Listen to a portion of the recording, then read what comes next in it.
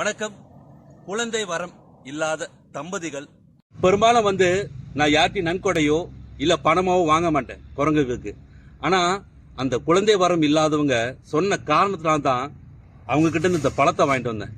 எனக்கு ரொம்ப வேதனையா போச்சு. நான் சில காணொலிலாம் போடுவேன், இந்த குரங்குகளை பத்தி. அடிபட்டு ரோட்டில் இறந்து கிடக்குது, கர்ப்பமான சூழ்நிலையில் இருக்கு, மார்பகத்துல இருந்து ரத்தம் வருது, தன்னோட குட்டிக்கு பால் கொடுக்க முடியாம அந்த சூழ்நிலையெல்லாம் சொல்லுவேன்.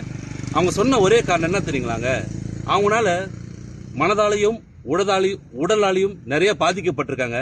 குழந்தை வரம் இல்லாத ஒரு தம்பதியினர் என்னோட காணொலி நிறைய பார்த்துட்டு அவங்க சொல்றாங்க, அவங்களோட குறைய மறைக்கிறதுக்காக 6 அறிவு மனிதனுக்கு நிறைய செலவு பண்ணி அவங்க குறைய மறைக்கிறதுக்காக செலவு பண்ணாங்களாம். ஆனா அப்பயும் அவங்க குறைய தீர்க்க முடியலையா. எவ்வளவு தெய்வங்களை போய் பார்த்தாங்களாம்.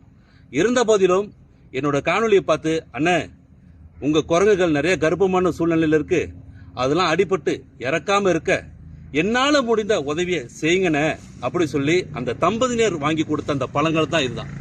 இந்த குரங்குக்கு நான் போய் சாப்பாடு போடுறேன். அம்மா, அந்த தம்பதியினருக்கு சொல்றேன், கவலைப்படாதீங்க, நீங்க தான் இறைவன். கணவர் மனைவி நீங்க 2 பேருமே தான் உங்களுக்குள்ள ஒரு குழந்தைகள். உங்களால இன்னைக்கு எவ்வளவு குரங்குக நல்லா வாழும், கர்ப்பமா இருக்கிற குரங்குக நல்லா வாழும்.